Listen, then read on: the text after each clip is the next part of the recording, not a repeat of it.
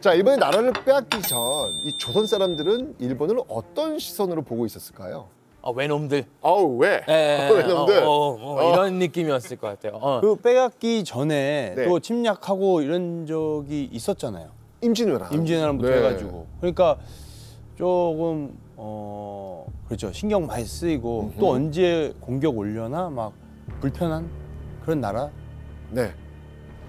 조선 초부터 이 외구의 침탈과 임진왜란은 정말 일본과 숱한 전쟁이 왔잖아요. 그래서 이 끊임없이 우리 땅을 약탈하고 생존을 위협하는 존재들이라고 생각했던 것이죠. 동시에 이 조선 사람들은요, 일본을 조선을 사모하여 따르는 나라, 또 이 조선에게 선진 문물을 전달받는 나라라고 생각도 합니다. 그렇게 우리는 오랜 시간 동안 일본을 낯잡아 봤던 겁니다. 네. 자, 그런데 1876년 조선과 일본의 판세가 확 뒤집어지는 사건이 벌어집니다. 조선이 일본의 나라를 빼앗길 수밖에 없었던 첫 번째 결정적 사건은 바로 이겁니다.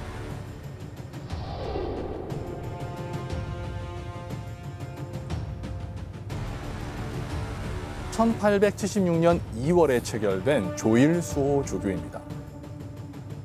이 조약은 강화도에서 체결됐거든요. 그래서 흔히 뭐라고 부르는지 아세요? 강화도 조약. 예, 맞습니다. 이 조일수호 조규는 조선과 일본이 서로 물건을 사고 파는 통상을 하기 위해서 맺은 조약입니다. 그렇다면 이 조일수호 조규에 대체 어떤 내용이 담겨 있기에 조선이 일본의 나라를 빼앗긴 첫 번째 결정적 사건이 되었을까요? 자, 조일수호 조규의 몇 가지 조항을 보면서요, 제가 아주 자세히 설명을 해드리겠습니다. 제1조, 조선은 자주국이며 일본국과 평등한 권리를 가진다.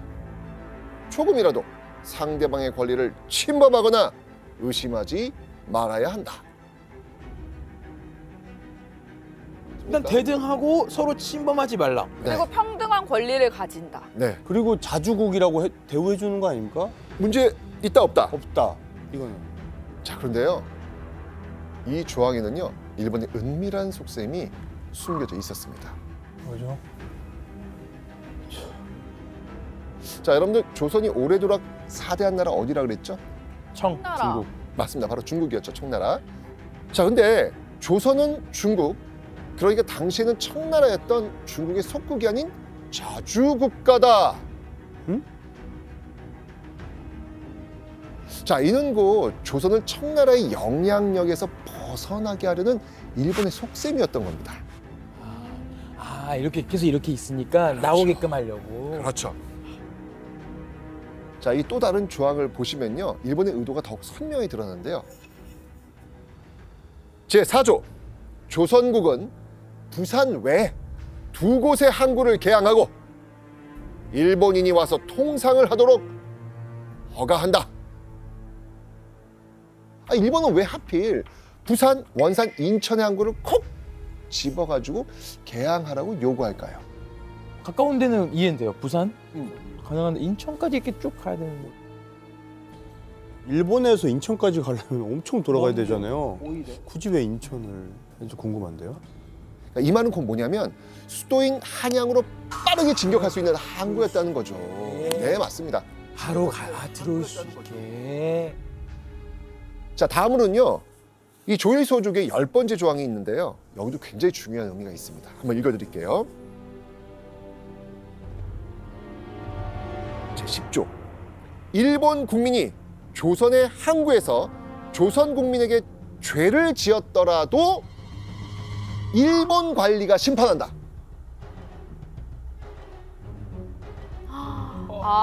이거는 상대방의 권리를 침범하거나 의심하지 말라고 해놓고 막상 그렇게 했을 때는 일본이 심판할 테니까 너희들은 뭐라고 하지 마. 그렇죠. 당시 그 조선에 있던 일본인들은요, 이 10번째 조항에 따라가지고 바로 치외 법관, 이걸 인정받게 된 겁니다. 그러니까 이 조일소 조교는요, 이 속을 좀 자세히 들여다보면 일본의 의도가 뻔히 보이는 정말 말도 안 되는 그런 조약이었던 겁니다. 그런데 조선은 아니 그 얕잡아는 일본과 아니 왜 이런 불합리한 조약을 맺었을까? 이거 다 봤을 텐데, 그죠? 너무 말도 안 되는 내용인데. 자, 그 비밀을 풀기 위해서 우리는요 6개월 전으로 한번 시간을 돌려보도록 하겠습니다.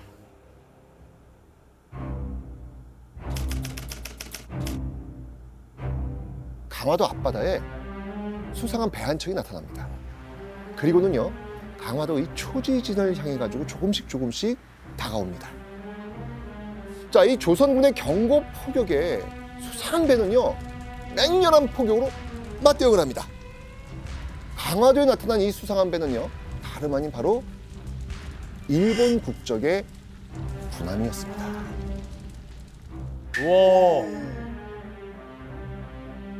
배의 이름은요 바로 운요호.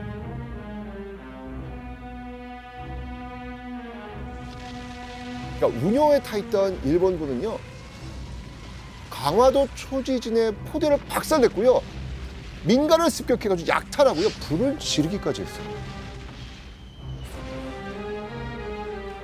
이거 전쟁하자는 거잖아요. 자, 그런데 아니 운요 사건이 일어나고 얼마 지나지 않아 가지고 이들이 말도 안 되는 요구를 하는 거예요.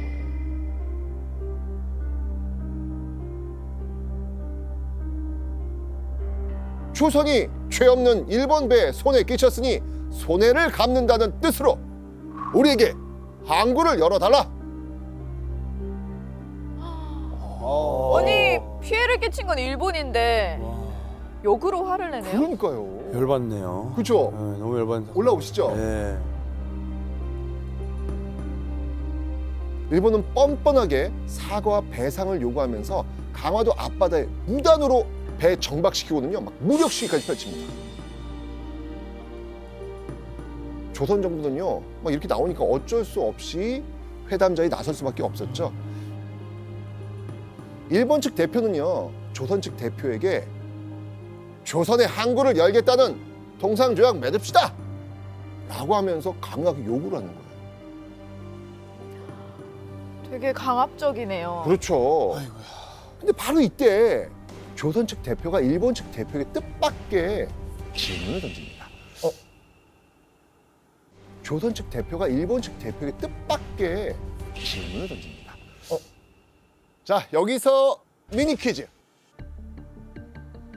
조일소 조교 체결을 앞두고 조선 측 대표가 일본 측 대표에게 던진 질문은 무엇일까요? 좀 특이한 질문이었을 것 같아요.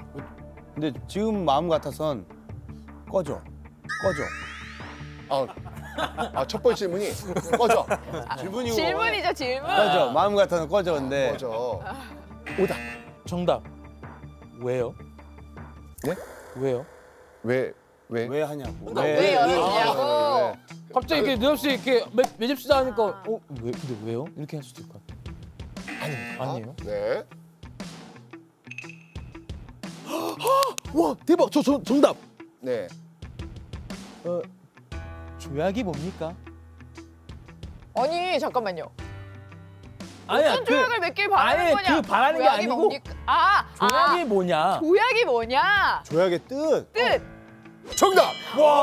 이거 대박이다.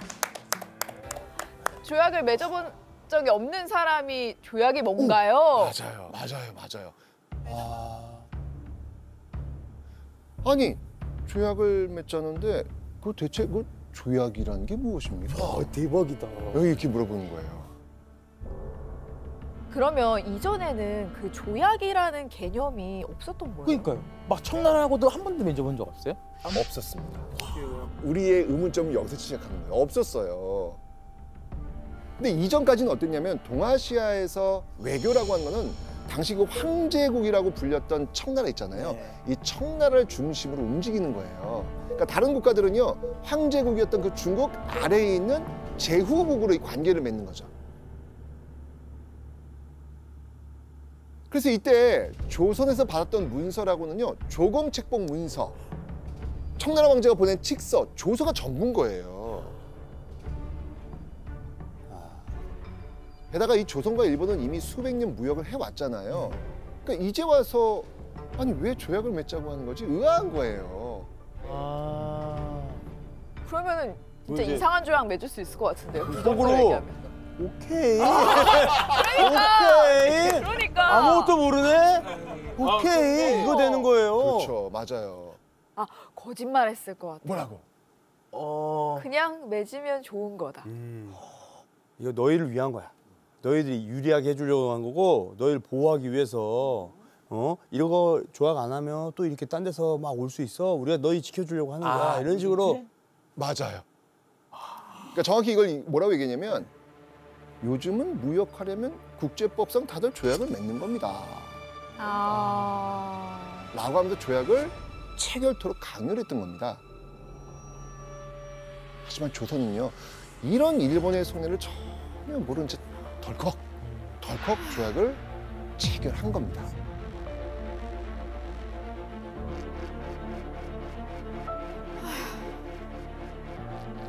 자, 근데 교수님, 이 조약에 숨겨진 일본의 정말 충격적인 속셈, 엄청난 게 있지 않습니까? 그거 좀 한번 알려주시죠.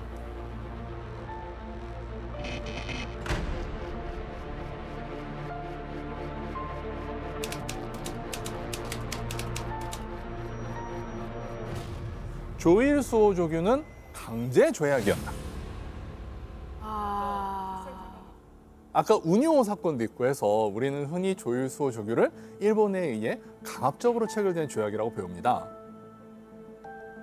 그런데 조선 측의 의견을 적지 않게 반영한 부분이 있거든요. 그 진실은 바로 조일수호 조규 문서 속에 숨겨져 있습니다. 일본 제국 황제 폐하와 조선 국왕 전하께서는 본디 우위를 두터히 하여온 지가 여러 해 되었으나 지금 두 나라의 정의가 미흡한 것을 보고 다시 침묵을 공고히 한다. 지금 읽으신 문서는 일본이 조선에 건넨 조일수호 조규 서문의 초안입니다. 근데 이게 어떻게 시작됐죠? 일본 제국 황제 폐하와 조선 국왕 전하께서는 이라는 문구로 시작이 됩니다. 일본의 왕은 황제라고 부르고 있고 조선의 왕은 국왕이라고 표현하고 있습니다. 조선은 그 일본을 왜라고 해서 낮게 봤는데 자기들 위에 있는 것처럼 황제 폐하라고 하니까 이미 딱 시작부터 찢어야죠. 당연히 조선 정부에서는 이 일본이 내민 초안을 보고는 펄쩍 뛰었습니다. 조선 입장에서는 감히 오랑캐의 나라인 일본이 청나라에서나 쓰는 황제라는 단어를 입에 올리는 게 말도 안 되다, 황당무계하다라고 생각했던 거죠. 그러니까 아무렇지도 않게 앞부분에서 조선이랑 일본의 차이를 확 두고 끝난 부분에서는 침묵을 공고히 한다. 이미 그 키워드로 표시를 해놨네요. 악마는 디테일에 있다라는 얘기가 있죠. 진짜 이런 디테일이 있다. 완전 디테일. 그런데 조선 정부는 당연히 이건 말도 안 된다면서 일본 정부한테 강력하게 항의합니다. 그런데 그때 일본은 조선과 꼭 통상 조약을 맺어야 할 필요가 있었습니다. 왜냐하면 일본은 이때 근대화의 과정에서 서양 열강이 어떻게 식민지를 만들어서 강대국이 되는지를 목격했어요. 그래서 일본 역시 아시아 국가를 자기들의 식민지로 만들어서 제국주의 국가로 나아가려고 했던 거죠. 그래서 대륙 침략의 발판, 그 시작이 되는 나라가 바로 조선이었던 겁니다. 와. 그래서 조선의 완강한 반대에 일본은 결국 조약문 서문을 고쳐요. 일본 제국 황제 폐하 대신에 대일본국, 조선 국왕 전하 대신에 대조선국이라고 바꿉니다.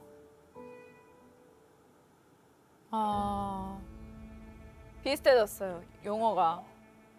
일본이 이렇게까지 조선의 의사를 존중해 주니까 조선 입장에서는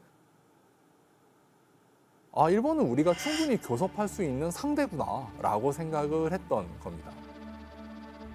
조선은 통상을 위해서는 상호 합의하에 조약을 체결할 수 있다라고 생각을 했던 겁니다.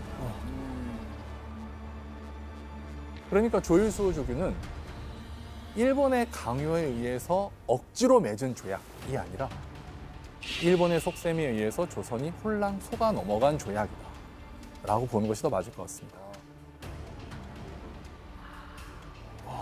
그런데 안타깝게도 당시 조선은 조일수 조규가 부당한 조약이다, 불평등한 조약이다라고는 생각을 못했던 것 같아요.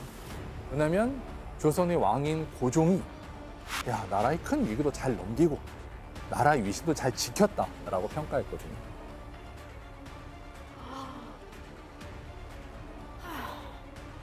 그렇게 조선 정부도 미처 눈치채지 못할 만큼 이 조일수 조규 체결 이후에 이 조선에서 일본의 영향력은요, 가랑비에 옷 젖듯 조금씩 늘어가고 있었던 것이죠.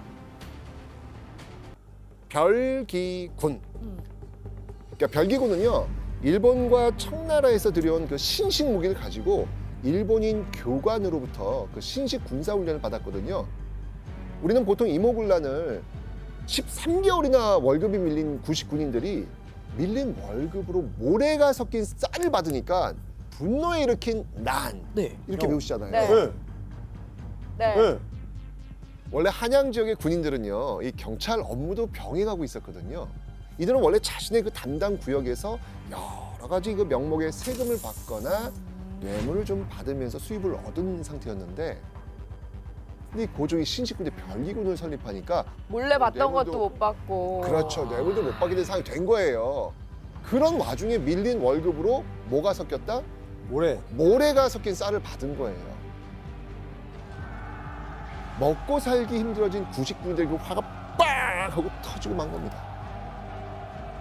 바로 이때 다급해진 고종이 했던 행동이 있잖아요. 이모군란을 좀 진압하기 위해서 청나라에 군대를 요청합니다. 맞습니다. 자, 이 고종의 요청에 따라 가지고 약 한 3천여 명의 청나라 군인들이 조선에 파견된 겁니다. 근데 여기 끝난 게 아니라 이 사건을 계기로 일본 군대까지 들어오지 않습니까? 예, 맞습니다. 타이밍이. 고종이 도움을 요청한 건 청나라인데 일본은 대체 어떻게 조선의 군대를 주둔시키게 됐을까?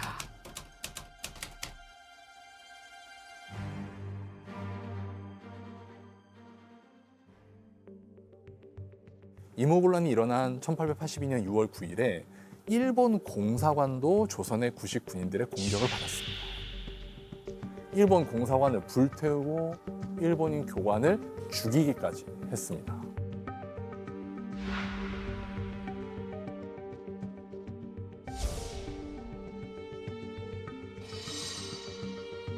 이들이 일본 공사관을 공격한 이유가 있었어요. 조일수 조교 체결 이후에 일본의 조선의 쌀이 싼 값으로 막 수출이 돼요. 그래서 쌀값이 폭등을 했거든요. 백성들이 살기 힘들어졌잖아요. 그러니 일본에게도 책임이 있다라고 생각했던 거죠. 야, 명분을 정확하게 그렇죠. 만들어줬네요. 그렇죠. 그게. 예. 맞습니다. 당시 일본 공사였던 하나부사 요시모토는 급히 일본으로 도주했습니다. 약 보름 뒤인 6월 29일 다시 조선으로 돌아오는데 군함 4척, 수송선 3척, 그리고 공사관을 수비하기 위해서 데리고 온 일본군의 수가 1,500명. 건물 하나를 지키기 위해서 1,500명. 1,500명? 아니, 그거는 너무 억지스러운데요? 1,500명? 청나라. 그렇지. 청나라 3,000명이잖아요. 그렇지. 그리고 조선의 일본군을 주둔시키려고 한 이유가 또 하나 있었습니다. 흥선대원군을 청나라로 납치해 갔어요. 그리고 조선 정치에 더 깊숙이 간섭을 하기 시작했죠. 근데 이걸 보면서 일본도 다른 생각을 하는 거예요. 청나라가 그랬던 것처럼 일본도 조선의 내정에 간섭을 할 수 있지 않을까? 조선의 내정에 간섭을 하려면 일본 군대가 조선에 남아 있어야지. 그래서 계속 이 핑계, 저 핑계를 대면서 조선의 군대를 주둔시킨 다음에 적절한 때를 노리려고 하는 거죠.